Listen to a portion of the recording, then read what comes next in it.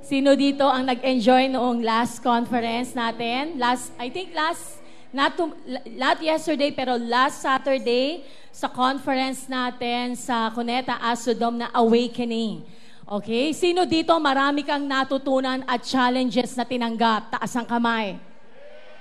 Okay, kanina sa meeting ng Primary 12, yan ang mga pinag-usapan namin. Ano bang hamon ang tinanggap ng bawat isa? At ano yung hamon? Yung hamon na yon ay yung hamon na gusto naming ma-impart doon sa mga 12 namin. Kaya alam ko nga, meron na ang 12 na talagang na-fired up na doon sa awakening. Yung awakening ay talagang naka-awaken sa bawat isa sa atin. Amen ba? Amen. But before I proceed, meron lang akong gusto kong ulitin yung, kasi medyo diniscuss to ng Primary 12 kanina about yung binasa ni Vivian sa Ephesians chapter 5. And habang lang nag-worship, parang maganda rin na ma-share sa inyo yung napag-usapan namin before we watch yung video na ipapakita ko sa inyo. Sabi sa Ephesians 5 verses 19 to 20, "Speak to one another with psalms, hymns, and spiritual songs. Sing and make music in your heart to the Lord, always giving thanks to God, the Father, for everything in the name of our Lord Jesus Christ." Sabi ko doon sa verse 19, paano nga ba yung speak to one another speak to one another with psalms, hymns, and spiritual songs? Ito ba yung mag-aalam musical play na tayo na every time, although kaya kong gawin to. Yung pinapanood nga ni Kuya Ramil, ewan ko, napanood yun na ba yun? Na mamatay-matay lagi siya sa kakatawa, yun sa kabukiran. Sa kabukiran. Actually, kaya ko naman, sa kapangarap ko yung maging artist ng musical play. Pero hindi lang talaga kaya ng boses ko, ng tinig ko. Okay? Pero yun nga ba ang pinupuntos nitong verse na ito. Pero sabi nga namin, na-conclude namin din sa devotion, yung magkaroon ka ng music in your heart, meaning, meron 3 bagay na dapat nararanasan ka. Una, alam niyo ba na ang daming nako-compose na song ng mga taong in love? Tama po ba? Ang daming ang love song eh. So, ibig sabihin, makakaroon ka ng melody, ng music in your heart if you are in love. Tanongin kita mo, are you in love? Alright? At susunod na yan, kapag ikaw ay in love, malungkot ba pag nai-in love ka? Ha? Halimbawa, biglang napatingin ka kay Kuya RJ. Ay, wag yan, young people yan. Wag yan. Kay Kuya Renz. Ito, tinutulak na ito eh, di ba? Kahit nga si Pastor, tinutulak na ito. Tagal mag-pray eh. Okay? So, makapatingin ka kay Kuya Renz, galing naman niya umarte, di ba? Yung mga siya na yung pumalit sa Kuya Regine eh.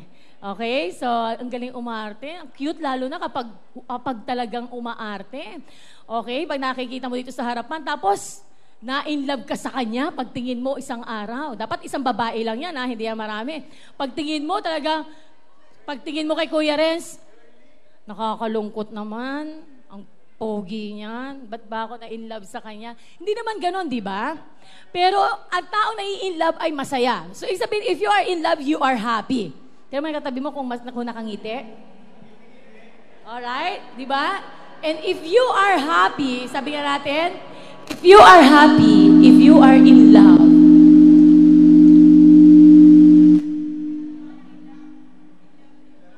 in love yung mga sound system natin, masyado. In love, si Kuya Rio, in love eh.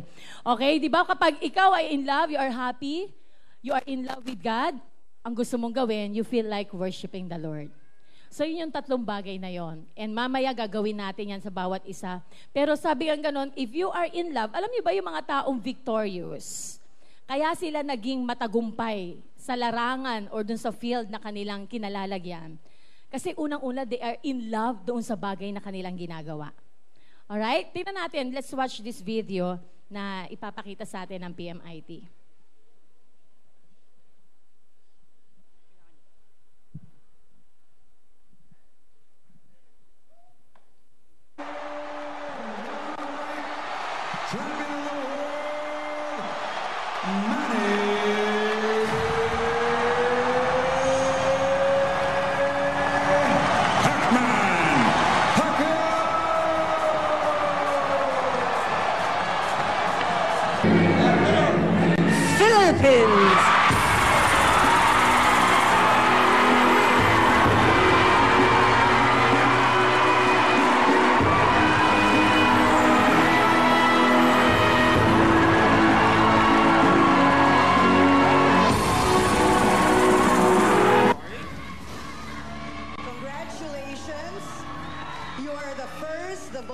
Kids Philippines Grand Champion, Laika.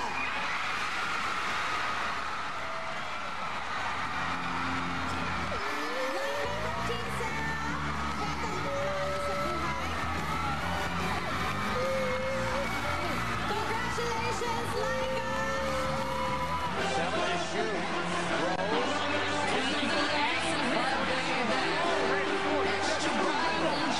And the bronze of the FIBA Asia Cup.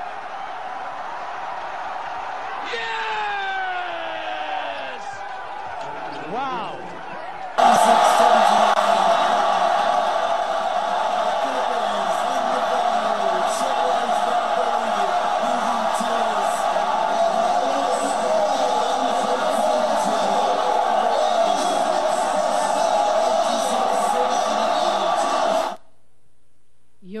Yung iba sa inyo, meron pa talagang, pwede ba natin palakpakan yung mga taong yan na talaga naging pride ng Pilipinas? Sino dito nakaka-relate ka dun sa mga taong yon? Hindi man narinig at nakita ng buong sambayanan ang tagumpay na naabot mo. Pero ikaw ay nakaka-relate dun sa mga taong yon na talagang minsan naranasan mo yon sa buhay mo. Amen? E napapansin natin na lahat sila na mga naging victorious or champion ay talagang merong ingay na nagaganap. Lahat maingay, ano? Talagang merong sigawan.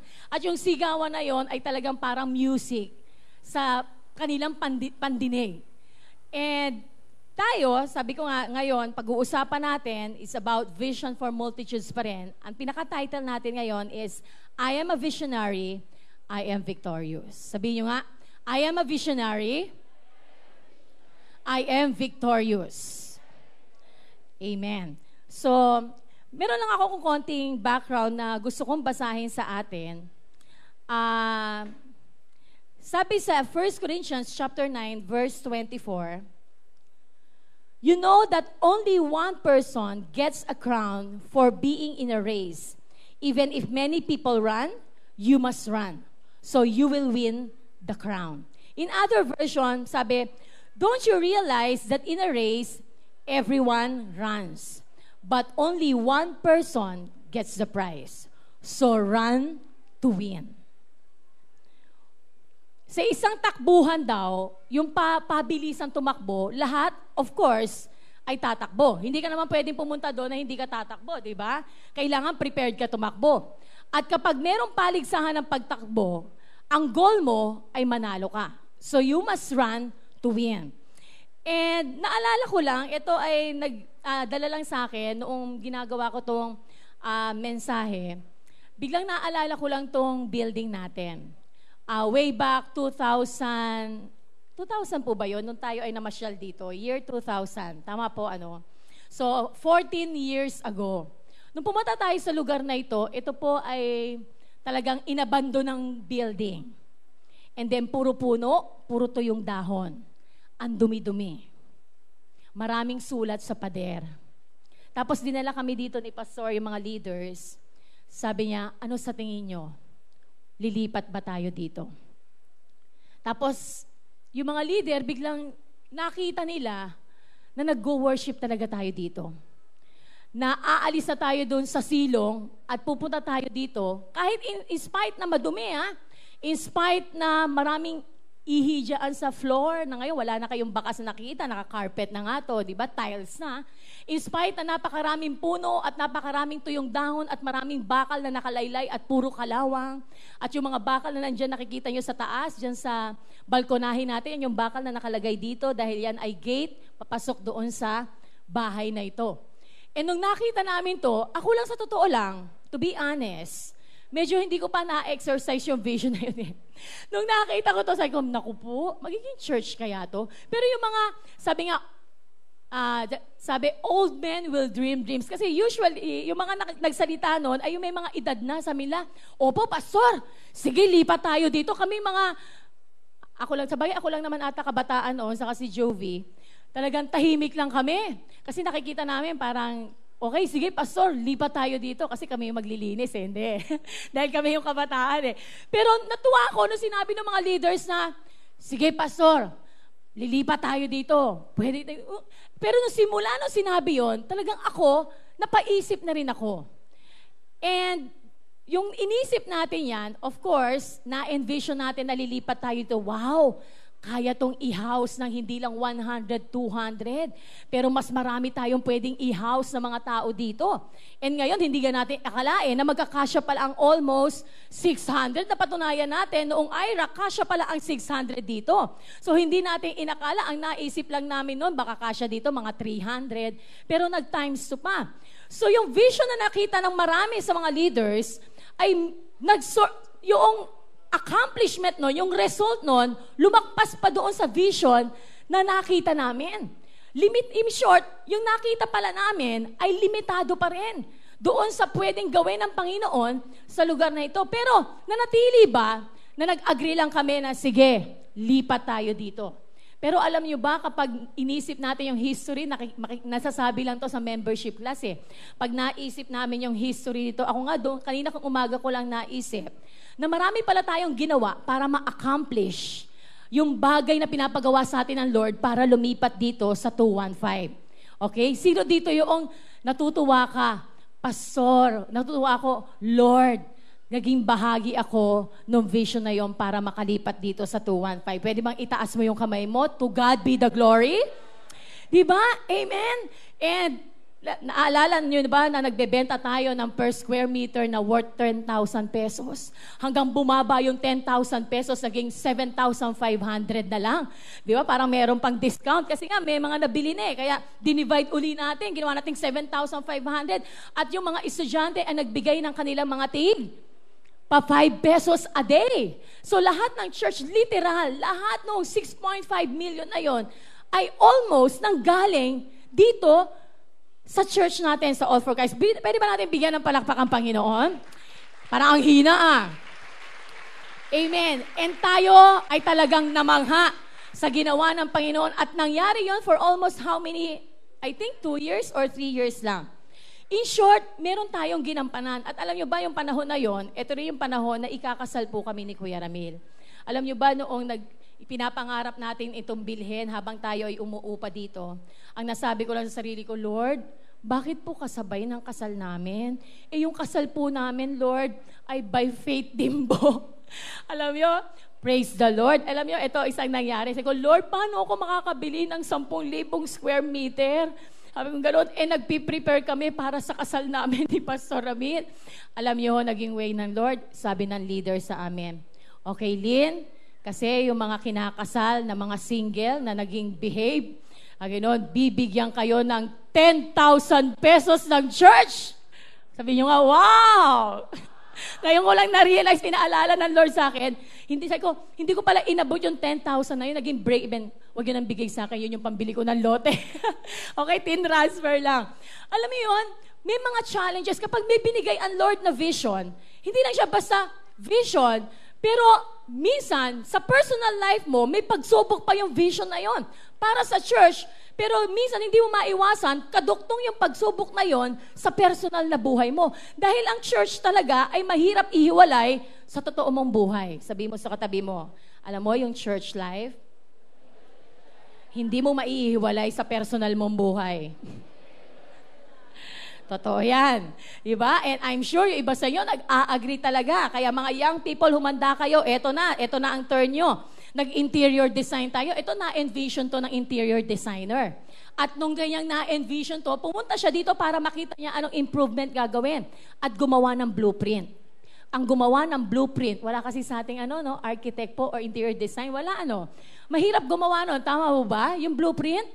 Grabe, pinagpupuyatan yun eh. Pero ginawa niya yon at nag-come up tayo at halos every week pumupunta dito, pinapasyalan tayo taga-Taytay Rizal para lang makita yung improvement. At kapag interior design ka, hindi lang yan basta na-envision mo, ang gagawin mo, pati yung materials, ang alam ko na ginagawa yun ni Pastor, yung bahay nila, yung interior design, yung interior designer, kasamang namimili po ng mga gamit. Ganon ka-detalyado. Eto ka.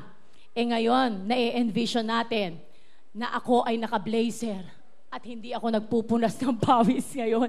Na-envision natin si Kuya Francis, na-envision ni Kuya Francis na siya ay naka-coat, Diba, yung nagawa niya sa TCU na naka-coach siya, nagwapong-gwapo siya, ay magagawa niya dito sa sanctuary natin. Na-envision natin na ito ay naka-air condition. Wow! At ngayon, hindi ka nga nakasama sa pag-acquire ng 215 na ito. Pero ngayon, ikaw naman ay makakasama sa pagpapa-aircon ng church natin. Say amen! Na-envision nyo na ba na nakasuot kayo ng boots? Nakaladlad ang buhok mo, hindi, sayang ang riband, nakatali, kasi tumatagaktak ang pawis mo, di ba? And na-envision mo na ba na talagang ang sarap mag-imbita, kasi doon sa church namin, hindi ka pagpapawisan. Talagang lalamigin ka. Alright? So, lahat ng yan, bago yan magawa, at alam niyo ba na marami na ang nagsakripisyo, hindi kakain ng Jollibee. Mayroon nga, every week nagbibigay na, kahit 100, nabibless ako. Kahit mga, alam mo naman na talagang medyo kabataan pa, o nag-uumpisa pa lang magtrabaho, nagbibigay na. In short, when God gave you, or gives you a vision, talagang meron kang dapat gawin. Yung mga nakita natin kanina, yung si Megan niya, kaya naging champion, nakuha niya yung title, si Manny Pacquiao, alam natin paano nila dinisiplina sa sarili nila. But first, doon sa kanilang ginagawa, doon sa field na yon, they are in love. In love sila. Tanong mga katabi mo, in love ka ba sa Lord? Alam niyo, in creation, sabi, He spoke the words, and there was light. Nung ginawa niya ang lahat, sinabi lang niya. Pero nung ginawa niya ang tao, ginamit niya ang kanyang mga kamay at hinubog tayo. Sabi ng Psalm 139 verse 14, I praise you because I am fearfully and wonderfully made. Ano ibig sabihin ng made? To begin or seem to begin? Sa make ko kinuha. To cause to happen, to or be experienced by someone. To cause to exist, occur, or appear. To favor the growth or occurrence of. To bring into being by forming, shaping, or altering materials, or to fashion. Ibig sabihin, ang Lord, nagbigay siya ng effort para yung pagkakita niya sa atin ay mangyari. Kung paano niya tayo bubuuin, nagbigay siya ng effort para gawin ang bawat isa sa atin. We are fearfully and wonderfully made. And in terms of sa pag-ibig ng Panginoon, when it comes to our salvation, sino dito ang ligtas na sumigaw ng malakas na Amen? Amen! Amen! Sabi nga sa Romans 5:8, but God demonstrate His own love for us in this. While we were still sinners, Christ died for us. From the word demonstrate, ibig sabihin to prove or make clear by reasoning or evidence. Merong ebidensya. Ngayon sinasabi natin, I am a visionary. Ano ang ebidensya na talagang merong nakikita kang pangitain sa sarili mong buhay? Anong ebidensya na meron kang nakikita sa hinaharap na maa-accomplish mo later on? Ano ang ebidensya na ngayon, as a church, meron tayong vision for multitudes? Ano ang ebidensya na nakikita ng Panginoon ngayon sa ating personal na buhay? Alam niyo, si Lord, napakagandang pattern eh. Even in creation, even in our salvation, meron siyang ginawa mismo. Hindi lang niya na-envision kung paano kanya iuhubog, pero nag-effort siya na gawin ang bawat isa sa atin. Hindi lang niya na-envision na ang buong sanlibutan ay kikilala sa kanya. Pero ang ginawa niya, He sent His only Son for us to die. He demonstrated His love for us while we were still sinners. Ibig sabihin, merong ginawa, merong ebidensya ng pagmamahal ng Panginoon sa bawat isa sa atin. Now, ano ba? What happened between being a visionary to being victorious? Kasi, pag naging visionary ka, parang meron pang dapat daanan para maging victorious ka. Hindi lang nananatili sa atin na meron kang nakikita sa buhay mo. Hindi mo nakikita na forever na nakatira ka doon sa bahay na tinitirhan mo. Tama ba? Hindi mo nakikita na forever ikaw ay nanghihingi sa nanay at tatay mo. Meron ba dito pinangarap mo for all eternity, naghihingi ka ng pera sa magulang mo? For all eternity, sobra naman. All your life?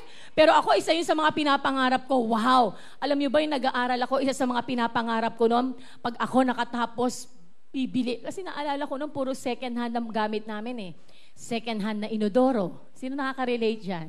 Daddy. Ang tatay ko mahilig ko sa second hand kasi hindi naman kayang bumili ng brand new. Second hand na inodoro. Second hand na TV. second hand na, lahat second hand na mga kahoy para mabuo yung bahay namin. Pero lahat ginagawa niya, merong effort.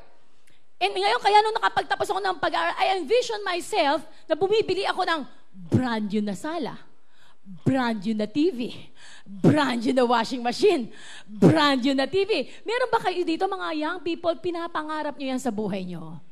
Na darating ang panahon, kung si tatay, ito, ako double portion, second hand, ako brand new. Amen? Pag na-envision mo yun, mag-aaral ka mabuti. Tama ba? Pag na-envision mo yun, mag-a-apply ka. Tama ba? At pag na-envision mo yun, nagagawin mo yun, magtitipid ka. Tama ba? So being a visionary, there must be something in between na gagawin mo para ikaw ay maging victorious. Para masabi mo, I am a visionary, I am victorious. Kasi kapag sinabi mong victorious, you will definitely accomplish something. Meron na ba kayo nakitang victorious na walang na-accomplish? Walang nakuha? Walang nakuhang reward? Sabi nga doon sa isang verse na binasa natin, no? You must run so you will win the crown. Ang ganda, no? Hindi lang run to win. Pero you will run so that you will get the crown. You will win the crown. Merong koronang naghihintay sa atin. Amen? Sino dito mahilig sa reward? Natutuwa ka kapag nire-reward ka? Sino dito na-reward na ng network leader mo or ng cell leader mo kasi may na-open kang cell? Yeah. Parang dalawa lang kayo na-reward. Wow, palagpakan naman natin si Ate Sandra, nag-reward. Kasi Ate Sandra to, di ba? Alright. Sino dito na-rewardan ka na ng iyong cell leader o network leader dahil nagkaroon ka ng cell? Di ba, ang sarap ng pakiramdam at lalo ka na-i-inspire na mag-open ng cell. Now, number 1, a visionary will always prepare himself for great challenges. Okay? A visionary will always prepare himself for great challenges. Unang-una, para it will lead you to victory, you must decide sa sarili mo na haharapin mo ang maraming challenges. Alright? I'm sure yung pagiging Miss Universe ba, Miss International si Megan Yang?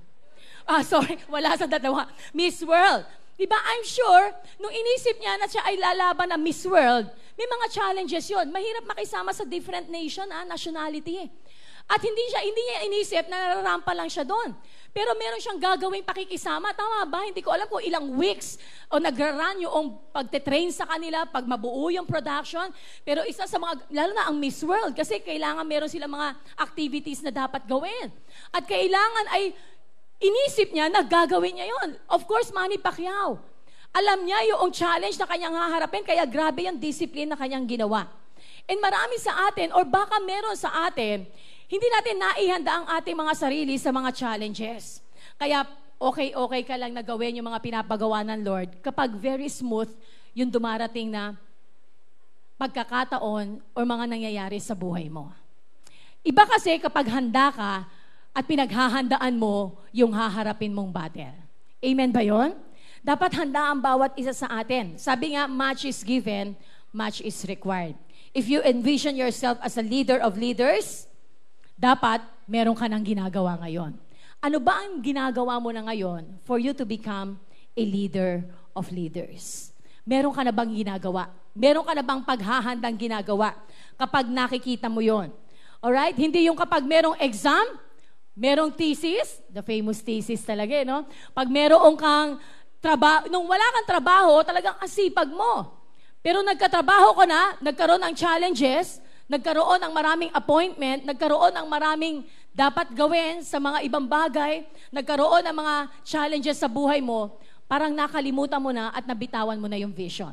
Pero natetest mo yung totoong victorious at visionary kapag merong mga challenges. Amen? Pag merong mga challenges na hinaharap at sinasabi mo, ipaglalaban ko pa rin. Magtutuloy pa rin ako. Gagawin ko pa rin to kasi in love ako. Tama ba yon? Kasi babalik at babalik pa rin sa pagmamahal mo sa Panginoon. Tama ba yon? Walang pwedeng tumalo sa isang pusong nagmamahal. Lahat ng in love, say amen. Amen? Kahit anong challenges, gagawin mo. Kahit gaano kalayo, lalanguyin mo. Okay? Kahit gaano kalayo yung lugar, lalakarin mo. Kahit gaano kahirap at hindi yun ang mga bagay na ginagawa mo, gagawin mo yon. Amen ba? Number 2, a visionary will always be willing to be mentored. Alam niyo ba, si Manny Pacquiao, kahit gano'ng nakagaling, di ba meron siyang trainer? Ang tawag ng coach? Ano ba tawag sa kanya? Yung nakakatuwa magsalita, di ba? Laging meron trainer. And I believe, Megan, meron din siyang magte-train sa kanya. And I believe kahit yung batang nanalo sa The Voice, ay actually meron niyang mentor sila, di ba? Tinuturuan, kino-coach. Lahat ng mga champions naging victorious dahil merong nagko-coach sa kanila. Merong nagme-mentor sa kanila. Kaya nga sabi ni Paul, imitate me as I imitate Christ. Ibig sabihin, meron tayong ginagaya. Meron nagte-train sa atin. So if you are a visionary, if you want to be victorious, there must be something na willing ka na magpa-correct, na mag-i-correct ka ang bawat isa sa atin. Sino dito, kahit minsan nasasaktan ka, nahihirapan ka, at medyo ninenervyos ka pag tinatawagan ka ng cell leader mo, ate, pwede bang pumunta ka dito, kausapin lang kita? Talagang parang napapa-evaluate ka ng sarili mo. Bakit kaya ako kakausapin ni ate? Yung pala, kaya ka pala kakausapin. Aliga, punta ka dito, mag-meet tayo sa Starbucks. Ititreat ka pala. Kasi, meron kang na-open na cell. A visionary will always be willing to be mentored. Amen? And number 3, a visionary will always accomplish more. Okay, sabihin nyo nga, more. Alam nyo, ito sa ginagawa na, we envision na talagang for multitudes, di ba? Pero, I will always find myself na, halimbawa, meron tayong na-accomplish. Sino dito tuwan-tuwa na talagang ang award natin ay most fruitful pastor. Sayang yung wala sa Cuneta Astrodome, no? Sabi nga ni Ate Cathy, naku, sorry okay lang. Okay, ako na sumagot no? Okay lang. Sabi ni Ate Cathy, Ate Lynn, nag-award pala tayo.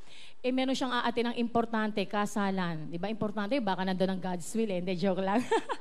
Di ba? Importanteng tao yun, kang kasalan na yun. Na-miss niya, umalis siya, nagpaalam siya sa akin ng after lunch. Kala niya kasi sa ending, nung last year kasi sa ending ginawa yun. Ilang oras na lang pala, siguro mga isang oras na lang, na after ng quest, nag-awarding na. Ako rin awarding na pala ngayon. Pero grabe yung kasiyahan natin. Pero pagbalik natin sa kanya-kanya nating network, sa mga bahay natin, bigla ka mapapaisip sa sarili mo, wow, yun na nga pala. Minsan nga, pag ini-interview ka, ilan ang sales? 120. Ilan na po ang ito po, ilan ang leaders nyo? 180. Parang pag naisip mo rin, grabe, no? Paano naging 180 yung mga leaders namin, yung mga 12? Paano talaga naging 600 kami sa Iraq?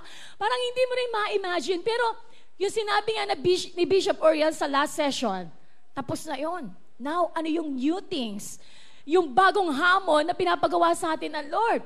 Kaya ako rin mismo, talagang nai-stretch din ako na, ano nga ba? Makukontento na labang ba tayo doon? Kaya ikaw mismo napapapray ka, Lord, ano bang gusto mong puntahan namin? Ano bang dapat namin gawin sa FN? Ano pa bang dapat namin gawin sa celebration? Paano pag dumating yung multitudes? Prepared ba kami? Paano kapag ilang libo na? Kaya ba namin? Definitely kaya natin. Sabihin mo, kaya natin yon. Kasi si Lord naman ang gagawa at kasama po namin. Sabi niya, di ba, in Matthew 28:19-20 sa last part, and I will be with you always, even to the ends of the earth. Ang gandang pangako nun, di ba? Say amen. Sabi nga, a visionary will always accomplish for more. Kaya hindi natin masisi si Manny Pacquiao na talagang laging gustong lumaban ng lumaban. Parang, kung sila nga, earthly reward lang yung nakukuha nila, yung title, yung belt lang, yung sash lang, na may mga glitters, yung corona, na hindi naman ata plain gold yun, of course. Pero, alam mo yun na, matutunaw din pag nawala tayo dito sa mundo, at hindi mo madadala sa eternal life na meron ka, pag nawala ka na dito sa mundo. Pero yung earthly reward na yun, yung earthly crown na yun, ay talagang pinagsusumikapan nila, and they want more. Amen? Pag nanalo ka dito ng Miss World sa Pilipinas, pag lumaban ka na, sabi mo, ayoko nang lumaban sa world talaga, yung may mga iba ng kalaban, ng iba't ibang nation na. Pero the more na kaya ko pala, the more na talagang gusto ko na lumaban, lalo kang na-challenge. Ang bawat isa sa atin, sabi, if you are a visionary, you will always be victorious. Kasi, anong mangyayari sa'yo? Iisipin mo, Lord, I want more. Ano ba yung more na gusto mong ipagawa sa akin? Definitely, hindi ako makukontento. Pag meron ka palang 12, kailangan i-form mo sila para magkaroon doon ng 12. At para nagkaroon yung 12 ng 12 mo, ay talagang darating din ang point, sabi nga, leader of leaders. Ibig sabihin talagang ikaw mismo, dapat tumataas din ang mga pangarap mo para sa Panginoon. Tingnan mo nga kung lakpas na ba sa height mo, yung katabi mo, yung pangarap niya, yung na-envision niya para sa sarili niya at para sa church. Sabi nga, vision is bigger than life. And gusto ko lang, sabi ng Panginoon dito in Matthew chapter 9 verses 35 to 38. Ito yung laging nakakatok ng puso ko. Pag medyo napapa-relax ako, yung parang mas marami akong umaandar sa isipan ko. Itong Matthew chapter 9 verses 35 to 38, ang lagi nagpapa-remind sa akin.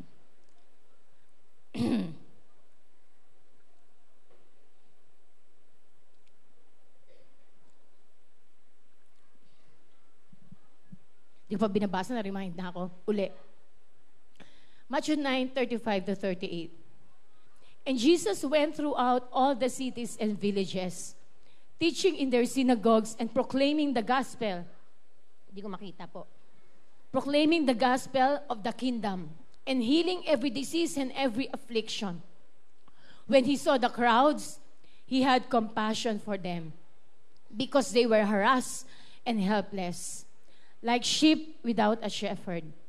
Then he said to his disciples, "The harvest is plentiful, but the laborers are few. Therefore, pray earnestly to the Lord of the harvest to send out laborers into his harvest." We are convinced as your leaders, as your pastors, this is a time for multitudes for harvest. And we can feel, we can see that the harvest is plentiful. But God needs, Jesus needs laborers and workers. Sabi ng Lord, but the laborers are few. Konti na nga, sasama ka pa dun sa mas marami. I believe it's not just the radicals, pero the call for God for vision for multitudes is for all for Christ. Para sa mga nanay, sa mga tatay, sa mga lolo at lola, sa mga bata na talagang very excited sa vision natin. Itong few weeks ago, ewan ko, parang laging, siguro dahil nagtatransition yung mga anak ko sa pagiging bata, sa pagiging young people. And na-enjoy ko yung transition na yun kasi may mga salita, may mga kwento na nag-iiba, nagbabago. May mga na-amaze ako na parang kusa nilang ginagawa na hindi ko naman tinuro kasi ibig sabihin meron na nag-i-influence na iba sa kanila. And I praise God for the church kasi yun ang influence na nakukuha nila. Pero, alam niyo yun, ito rin yung moment na pinakamaraming mami. Kasi parang ang dami nilang concern. Doon lang sa debut, ang daming mami. Tapos habang meron kang ginagawa, mami, nakikita nila ni Isa sa ni Baki. Meron kang, favorite pala, pag meron kang kausap doon, mami. Pero, alam niyo yun, ito yung panahon na parang, mas lalo mo silang nate-treasure na i-inlove ka sa kanila. Pero, yung mga bagay na gagawin natin, hindi ko sinasabing last priority ang family. Pero the Lord will always tell us na paano yung anak mo kung ang mundong ginagalawan nila ay hindi ayos. The laborers are few, the harvest is plentiful. Pray earnestly to the Lord of the harvest. Send out laborers into his harvest field. Naalala ko lang, meron akong kausap. Sabi ng kausap ko, Pastoran, grabe po yung struggle ko. And kinausap niya yung kanyang network leader. Yung network leader niya merong inaalalang anak na merong sakit. Sabi niya, ate, ayoko sana kitang istorbohin kasi meron kang problema. Sabi ng network leader niya, sino may problema? Hindi ako namumblema. Sino may problema dito? Ang sarap pakinggan, no? Pag narinig mo yon sa isang lingkod ng Panginoon, na kahit merong challenges, sasabihin niya, sino mayroong problema? Pero yung problemang yon ay challenges ng buhay. Amen? In this life that we have, we are all supposed to run. Let's run to win. Let's run to win the crown. That is our destiny.